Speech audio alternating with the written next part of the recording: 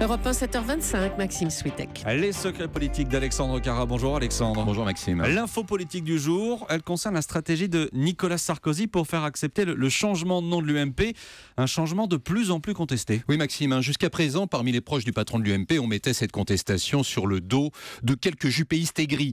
Mais hier, coup de théâtre, le président du Sénat, Gérard Larcher, s'est prononcé pour un vote des militants sur le sujet.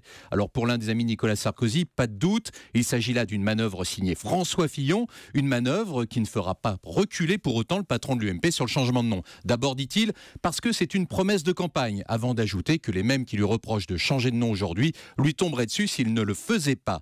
Dans l'entourage de Nicolas Sarkozy, on remarque qu'il n'y a pas d'attachement des militants au nom de l'UMP, comme il y a pu en avoir par exemple pour le RPR. Et puis la dénomination Les Républicains, Nicolas Sarkozy l'assume, tout à la fois le côté américain, mais aussi l'idée que le nom est assimilé à un parti bien à droite. Enfin et surtout, parce que cette question du changement de nom permet de remettre Nicolas Sarkozy au cœur du débat à droite, et ça, c'est la position qu'il préfère. Mais Alexandre, certains accusent aussi Nicolas Sarkozy de n'utiliser ce changement de nom que comme une sorte de paravent pour cacher la véritable opération verrouillage de la primaire. Oui, car le changement de nom fait partie d'un package, celui de la réforme des statuts qui sera voté par le bureau politique. Parmi ce paquet de mesures, il y en a une qui fait tiquer ses adversaires pour la primaire, c'est l'élection des présidents de fédération au suffrage universel par les militants.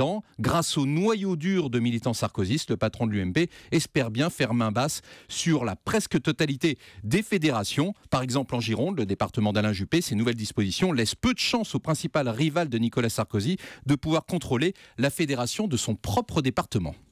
La question politique, Alexandre, alors que le congrès du PS se tiendra dans moins de 2 mois, le premier secrétaire socialiste ne semble pas complètement pressé d'entrer en campagne. Oui, pour les motions concurrentes de celle de Jean-Christophe Cambadélis, il s'agit même d'une stratégie d'évitement. Ce soir, il ne se rendra pas à Nantes pour une assemblée générale d'avant-congrès, alors que les représentants des autres motions seront présentes. Pas de meeting non plus et très peu de déplacements pour le patron du PS. Il n'en faut pas plus pour que Christian Paul, le chef de la motion des frondeurs, le soupçonne d'être en plein déni de congrès.